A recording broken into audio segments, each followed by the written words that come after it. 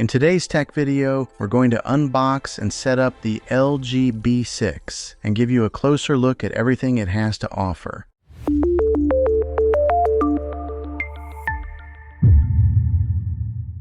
Okay, so this is what the back side of it looks like. It's just laying face down. Here's another good look at just how thin this TV is from there to there. But this is where all the brains of the TV are. The ports on the back, you get a USB 1 right here, but also there's a USB 2 and 3. When it comes to the HDMI ports, that's what a lot of us will utilize. Right here is HDMI 1.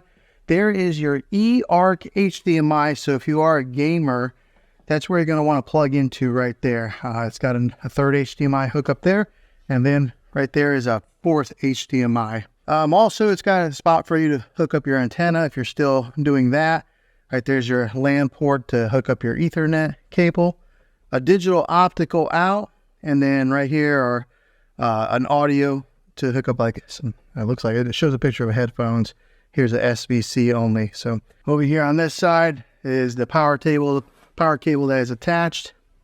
Right there is the back portion plate where you mount the back portion. You get your Magic remote here. That's really popular when it comes to the LG models because it's got the pointer and the scroll wheel. You get your screws to mount the plate on. The name brand of the batteries is called Bexel. Okay, to put the base on, what you do is you'll get this thing set right in there like so. Let me give you a good look at this Magic remote here. The preset buttons that they've already got pre-installed is Netflix, Disney Plus. Right there brings up like your LG menu. It's got an Amazon Alexa button, LG channels, and then Prime videos. I just set off my Alexa device talking about it. Also, it's got your home button, mute button, microphone so you can talk into it. This is the profile of the remote. I mean, it's contoured so that way you can put so it holds really nice in your hand, your fingers underneath like that. But once you have the back base on, in order to keep it stabilized, you got to put on the metal plate.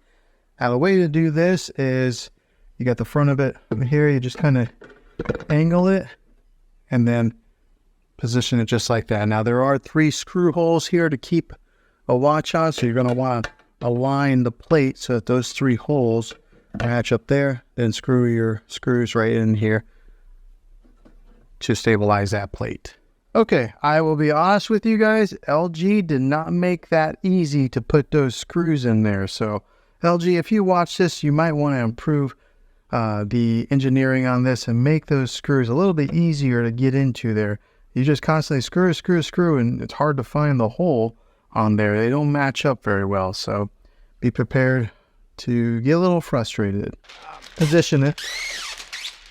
Ice and black. I wonder how long it's going to stay that way before my kids or myself end up touching the screen. But let's go ahead, plug it in, turn it on, and get it set up. Okay, so we want you to press the circle or press the button right here on this remote. Okay, select installation method. The Magic. All right, so we're all paired up with the remote. It gives you an option to either do the installation method with the mobile device or a TV. I'm just going to do it right here on the TV. All right, so then you'll come to the terms and conditions screen. Just click next. I went ahead and select all. I mean, who actually reads all those terms and conditions, and then click more. All right, so here's where you would connect any of the things that you have connected to your TV normally, like a DVD player, maybe a Roku device, or anything that you would hook up with HDMI.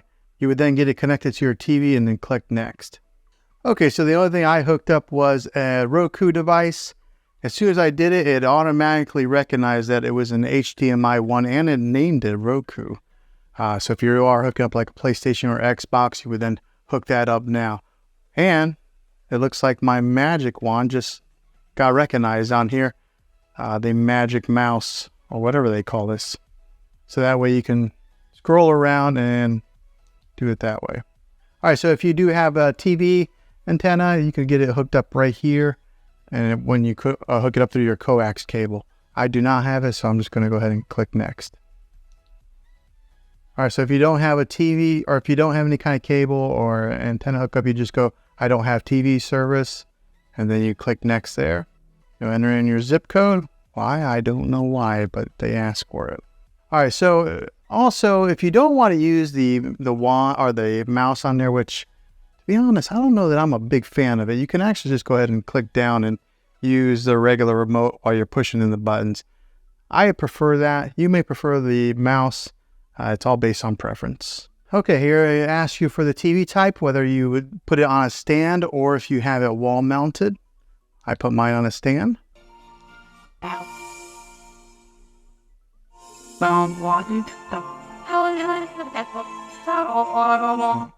Okay, so you can see the sound difference there when you let the artificial intelligence take control there on the sound in the picture.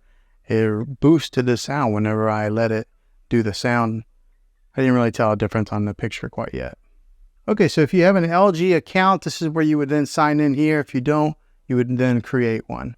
Okay, next up, you'll come to this screen here. If you're wanting to install Prime Video or Sling, I'm not sure why LG only includes these right off the bat. Maybe they have some type of contracts with these two companies, but this is where you would sign into your Prime Video account and get it set up. Or if you have Sling, you would sign in here, and then it would do app installation. Okay, since I have Prime Video, install the Prime Video app. I don't have Sling. Went ahead and put it in there, and it's giving me the option to launch it or close. I'm going to go ahead and close so I can move on to the next step. This is what your main menu looks like.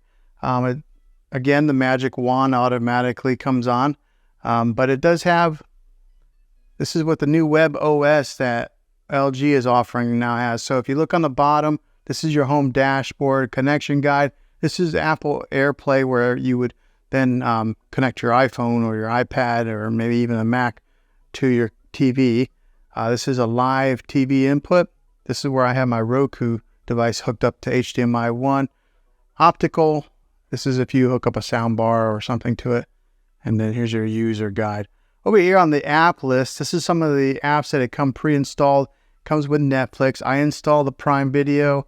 It does have Disney Plus, Hulu, Sling, YouTube, Apple TV, and then some of these other like default apps. This is where you would probably go to get it in your other apps installed. Here's where you would have like an art gallery, sports alert, and then there's your settings. Up here is a trending now that has some suggested content for you to watch. There's The Chosen, which I kind of recommend. That's a pretty good show.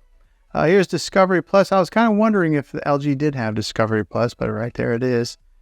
And then you just keep on going, and these are the trending now. Okay, scanning down a little bit further. Here is your LG channels that are free. Gives you some suggested. It's got History, ABC News Live, Film Rise, CBS News, Fox News. So it gives you a slew of content to pre-install if that's what you're wanting to watch, or I guess it's already installed, so you just click there and watch it. Here's for some of you shopaholics. Right here is some of the seasons on Amazon Prime, since I did connect it through, that it's recommending to watch. Here's some of your Apple TV programs. If you do have subscription to Apple TV, has that offered there. Here's some of the new releases. It's got the Apple TV logo on there. All right, and that's the bottom bar, so that you just scroll back up to go to the menu. All right, so just first glance at after hooking this thing up, going from a kind of a generic TV that was here on this dresser before to this TV, the first thing I did notice was the sound was incredibly loud for this TV compared to the other model that I had. And I think a lot of it does have to do with that that plate right there that projects the sound underneath the TV and then out to you. So it is loud. Just looking at it here on first glance, this is a nice looking TV. This is the OLED display. It's got a deep black to it, which I really like. I'll go ahead and put up the art gallery. First time launching it, you have to hit agree. All right, so if you're into art, you can go to masterpieces, and then right here they got like Monet, Van Gogh, and then some of your really popular artists. But let's say I kind of liked Monet. Here's a famous one, A Starry Night. Go ahead and click on that. And it gives you some ambient music with the look of a painting with a border on there. But yeah, just looking at it, it looks very cool. I like that it does switch to other paintings like that. So if you did want to have some type of let me go ahead and mute that. So in case you wanted to have different paintings that just flash around, if you have this set up in your living room, and you could just have that go on some type of a loop. But yeah, that's very cool. The picture quality, I know it might be kind of hard to judge right here on a YouTube video, but it is pristine clear. Like, it is a nice looking picture. Very impressed. I guess you get what you pay for whenever you are buying like an OLED versus something that is a little bit lower quality. But if you have the money, I think I would recommend getting one of these. Okay, so hopefully this video was helpful to you. I hope it was. This is the unboxing. I'm going to be releasing another video that'll do an actual review of it. And then I will do another video that'll probably be like a 3-month later video after owning it for a little while. But yeah, hopefully this video was helpful. If it was, go ahead and throw a thumbs up on it. Go ahead and subscribe to my channel. I make tech videos all the time, and I would love to have you back in the next one. Until then, take care.